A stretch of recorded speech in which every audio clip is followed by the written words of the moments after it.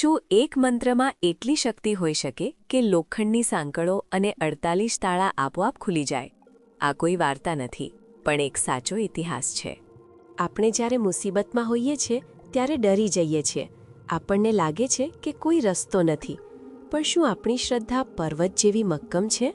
રાજા ભોજે જ્યારે આચાર્ય માંતુંગ સુરીજીને જેલમાં પૂર્યા અને 48 તાળા માર્યા, ત્યારે આચાર્યશ્રીએ ભક્તામળ સ્તોત્રની રચના શરૂ કરી. જેમ જેમ એક એક શ્લોક બોલાતો ગયો, તેમ તેમ એક એક તાળો તૂટતો ગયો. છેલ્લે રાજા પોતે આચાર્યશ્રીના ચરણોમાં નમી પડ્યા. આ સ્તોત્રના અક્ષરોની ફ્રીક્વન્સી અને સાઉન્ડ વેવ્સ એટલા પાવરફુલ છે કે તે શરીર અને મન પર ઊંડી અસર કરે છે. આજે પણ લાખો લોકો તેનાથી હીલિંગ અનુભવે છે. મુસીબત ગમે તેટલી મોટી હોય, જો તમારી શ્રદ્ધા પ્રબળ હશે તો રસ્તો આપોઆપ મળશે. કોમેન્ટમાં જૈન સ્તોત્ર લખો અને ડેલી જૈનને સબસ્ક્રાઇબ કરો.